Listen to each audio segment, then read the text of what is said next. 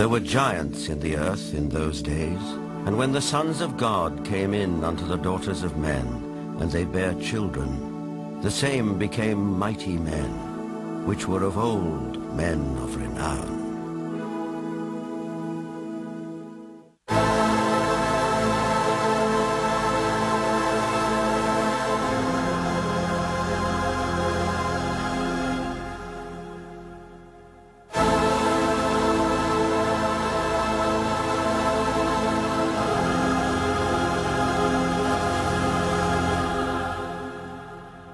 The Maya and Incas of South America believed a race of giants existed on Earth before the Great Flood. So did many other ancient civilizations. Some took them for gods, others left likenesses of them in stone or wrote about them in their histories. The Greeks and Romans told of blood falling from heaven and landing in the lap of the earth goddess Gaia, who gave birth to the Titans, a race of fearsome giants.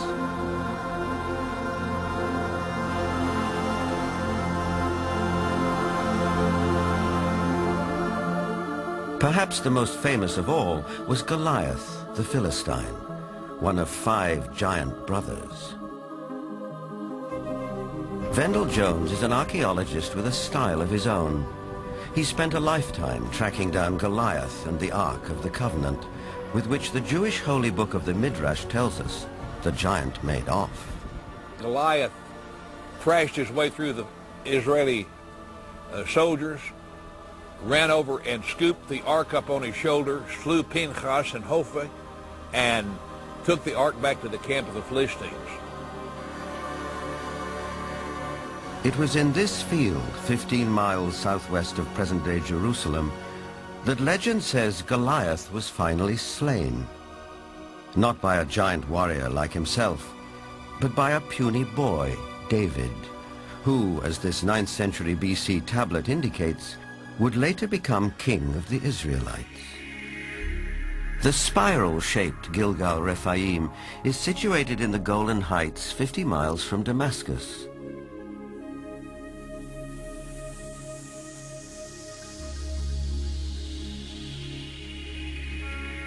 Constructed from an estimated 40,000 tons of loose rocks, it is remarkably reminiscent of Stonehenge. Both have been dated at around 5,000 years old and have similar megalithic stones. And like Stonehenge, Gilgal is also said to be associated with giants. Only in this case, there's biblical text which seems to support the claim.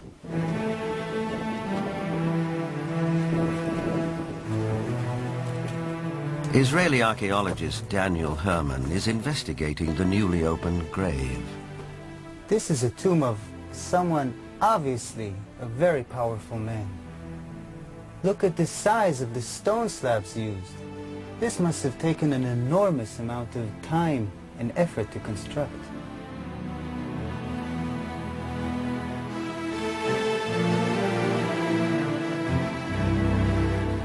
When the Israelites came here and wrote their Bible, it was already here. They saw it.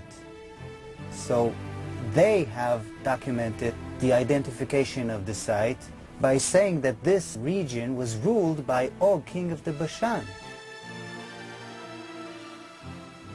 Og is described in the book of Deuteronomy as, and I quote,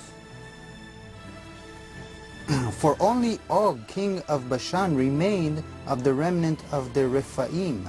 Rephaim is Hebrew word for giants.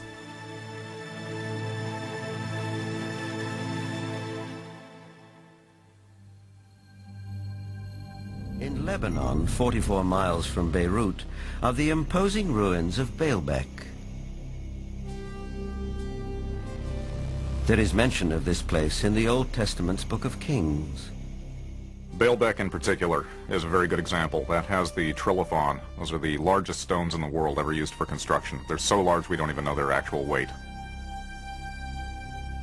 Those stones were somehow quarried, moved 5 miles, lifted 25, 30 feet in the air, and placed together so closely that you can't fit a razor blade or a piece of paper in between them.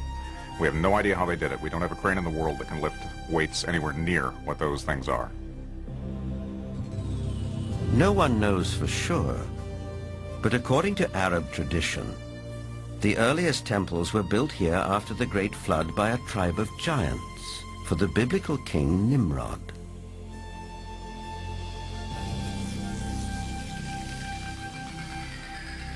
But what exactly do we mean by the word giant? Bloodthirsty monsters like the one-eyed Cyclops of Homer's Odyssey? Or the fee-fi-fo-fum ogres of children's fairy tales? Or could it also include peaceable giants? The tribe, for instance, are very large. The median height for most of their males is close to about 7 feet. They're extremely tall. There are biblical references to even taller people who lived in ancient times. Rabbi Itzhak Mamostin of the Center of Jewish Studies in Vancouver, Canada. It seems quite clear because of the references in Genesis and later on the book of Numbers and also in Deuteronomy, which are all fairly consistent with each other, that there were gigantic beings that seem to stem from pre-flood era.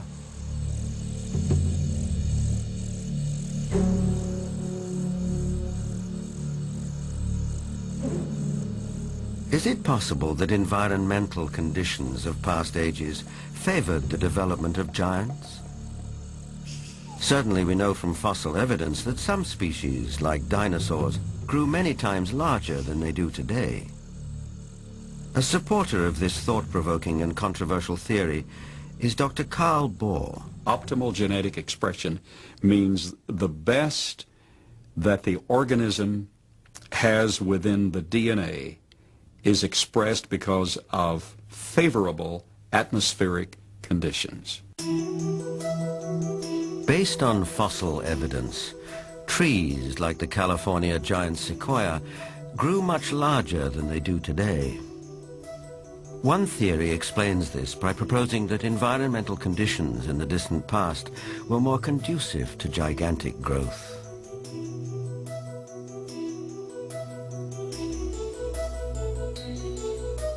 Under these described conditions, plants and animals would live longer, be much larger, and that's precisely what we find in the geologic column in the fossil record. Plants were much larger. All living systems were larger. We have animals that today have an 8 or 9 foot stature with a 16 to 20 foot stature. We have insects such as the dragonfly. Today, the dragonfly has perhaps a 4-inch wingspan. In the fossil record, his counterpart, Meganeuropsis, had up to a 5-foot wingspan. Everything was larger in the past.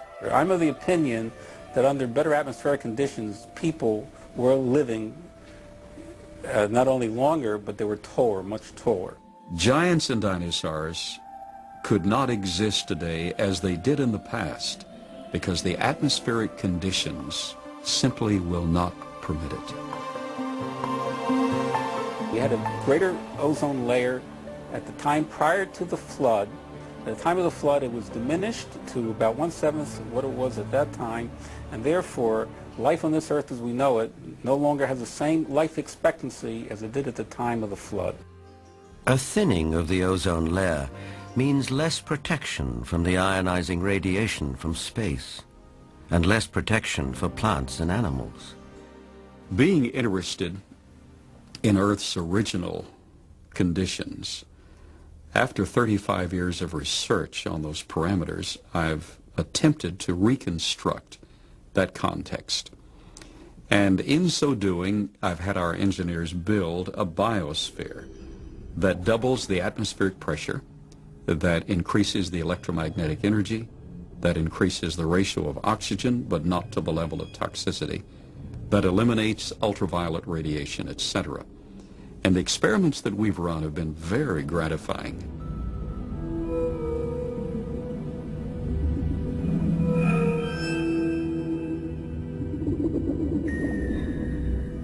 In our controlled scientific experiment, we have measured the effects of a pulsed electromagnetic field on biological systems. We have these pacu piranha fish that normally at 3.5 years of age are about this size under optimal conditions. Yet we have them now in excess of 20 inches, weighing just under 5 pounds each. Under these controlled conditions, we have succeeded in producing giantism at an accelerated rate. Taken at face value, the research looks persuasive, though it has not yet been replicated by other scientists.